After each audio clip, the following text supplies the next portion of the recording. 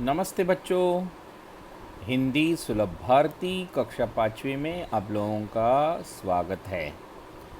बच्चों, कल हमने पेटूराम ये पाठ देखा। यानी ये पाठ पढ़ते समय बहुत हंसी भी आई। लेकिन बच्चों, इस पाठ में हमने कौन सी चीज़ सीखी? हाँ, इस पाठ में विराम चिन्हों का प्रयोग किया गया है। विराम का अर्थ है रुकना। बातचीत करते समय बात को अच्छी तरह से समझाने के लिए थोड़ा रुकना पड़ता है। रुकने की इस प्रक्रिया का नाम विराम है। इन्हीं के द्वारा हम सवाल पूछने, आश्चर्य, पूर्णता आदि भावों को दिखाते हैं। यानी कि हम यदि सवाल पूछेंगे तो वहाँ पर क्वेश्चन मार्क्स आना चाहिए। आश्चर्य होगा तो उद्गारवाचक चिन्ह का प्रयोग करना चाहिए। और यदि बात कंप्लीट हो जाए, पूर्ण हो जाए, तो फुल स्टॉप यानी विराम चिन्ह का प्रयोग करना चाहिए। ठीक है बच्चों, आज तक तुम लोगों ने देखा होगा, हम विस्तार से देखते हैं। यहाँ पर विराम चिन्ह आपके सामने है। पहला है, कौन सा चिन्ह है? उद्गारवाचक चिन्ह। यानी जब हम आश्चर्य हमें होता है उस टाइम पे हम इस चिन्ह का प्रयोग करते हैं। यदि किसी को प्रश्न पूछते हैं तो क्वेश्चन मार्क यानी प्रश्नवाचक चिन्ह का प्रयोग करते हैं। फिर बात करते समय थोड़ा अधिक रुक जाते हैं, यानी जिसको बोलते हैं अर्धविराम, है ना, अर्धविराम कहते हैं। फिर थोड़ा सा रुकते हैं तो अल्प विराम। और बात को हम यदि पूरी कर लेते हैं तो एक दंडी जैसा दिखाई दे रहा है, वो पूर्ण विराम है, यानी कि फुल स्टॉप, है ना।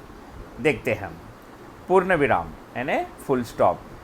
पढ़ते समय जिस स्थान पर वाक्य समाप्त होता है वहाँ पूर्ण विराम का प्रयोग किया जाता है। जैसे हम साथ साथ खेलेंगे, उन्हें अपने देश से बहुत प्यार है, यानी पूर्ण विराम। हम मेले में जाएंगे। अब देखते हैं अल्प विराम यानी कॉमा।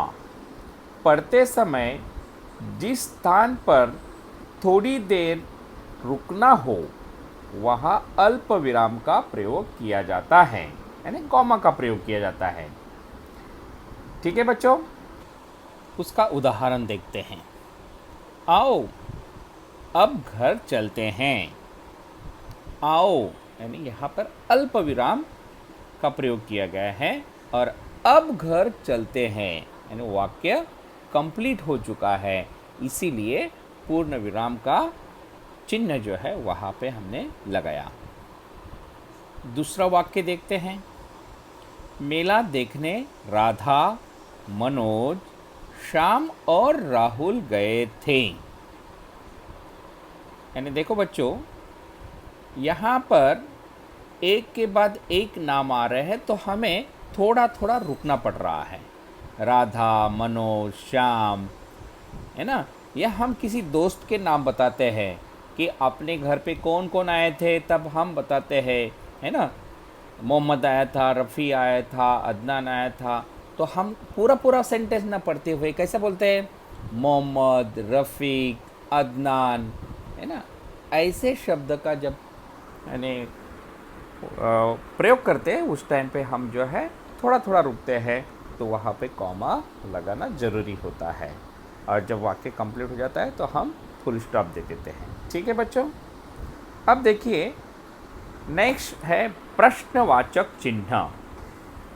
यानी जिस वाक्य में प्रश्न पूछा गया हो, यानी क्वेश्चन जो है पूछा गया हो, वहाँ प्रश्नवाचक चिन्ह का प्रयोग किया जाता है।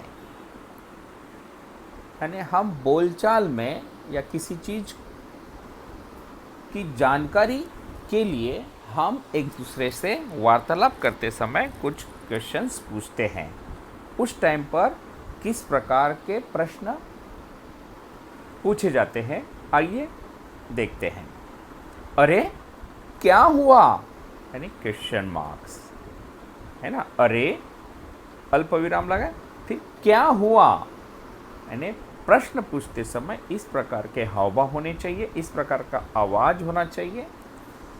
दूसरा सेंटेंस है स्वप्न में क्या देखा, यानी यहां पर क्वेश्चन उपस्थित हुआ।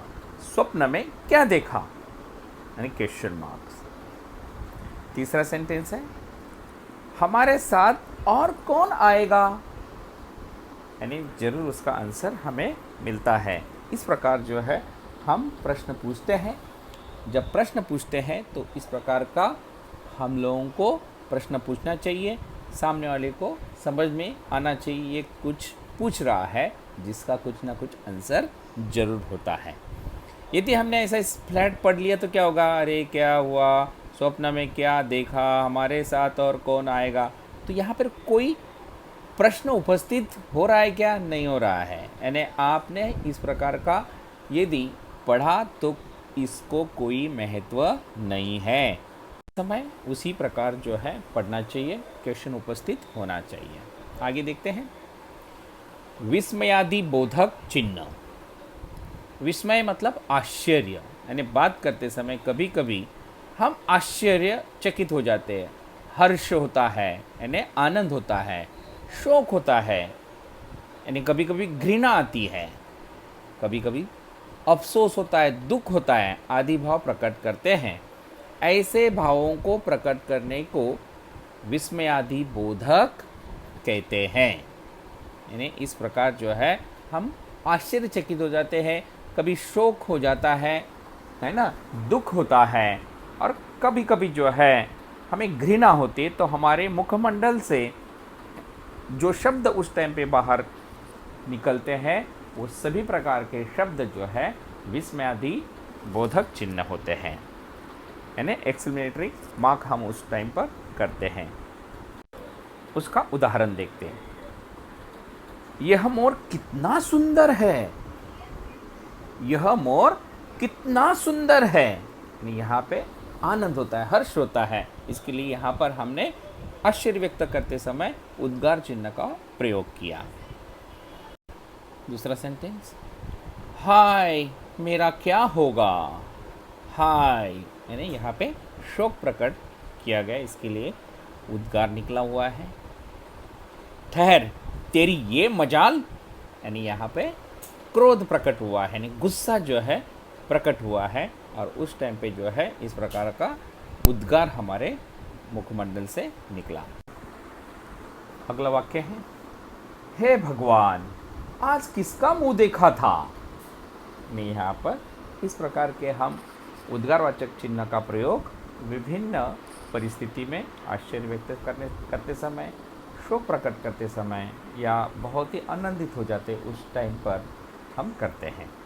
तो आप लोगों को विराम चिन्ह आई थिंक समझ में आया होगा। यानी पहला चिन्ह यहाँ पर उद्गारवाचक है, दूसरा कौन सा है बच्चों, प्रश्नवाचक चिन्ह, तीसरा है अर्ध विराम, चौथा अल्प विराम, और पांचवा है पूर्ण विराम। तो इस प्रकार हमने आज जो है विराम चिन्ह को अच्छी तरह से देखा। अब तो बच्चों कल हमने पेटूराम लेसन पढ़ा था, उसके ऊपर कुछ प्रश्न उत्तर आज देखेंगे। निम्नलिखित वाक्यों के सामने सही या गलत का निशान लगाइए। निम्नलिखित वाक्य के सामने सही या गलत का निशान लगाइए, इस प्रकार का क्वेश्चन है। पहला प्रश्न है पेटूराम का उपवास था इसीलिए भोजन नहीं किया गया। ये सही है गलत, ये बिल्कुल सही है। पेटूराम ने 1 किलो अंगूर मंगवाए, गलत है। पेटूराम ने उपवास के दिन कुछ नहीं खाया, ये भी गलत है, बहुत सारी चीज़ें उसने खाई थी। पेटूराम ने आधा दर्जन केले मंगवाए। बिल्कुल सही है। रिक्त स्थानों की पूर्ति कीजिए। वाक्य पूरा होने पर आखिर में डैश डैश लगता है। तो क्या लगता है? पूर्ण विराम लगता है। पूर्ण विराम। वाक्य में जहाँ थोड़ी देर रुकना हो वहाँ डैश लगता है। क्या लगता है? अल्प विराम। प्रश्न तीसरा, प्रश्न पूछने के लिए डैश लगता है। कौन सा साइन लगता है? उत्तर है प्रश्नवाचक। चौथा, खुशी, क्रोध, घृणा आदि भावों के लिए डैश लगता है। तो बच्चों कौन सा चिन्ह लगेगा? विस्मयादि बोधक, है ना?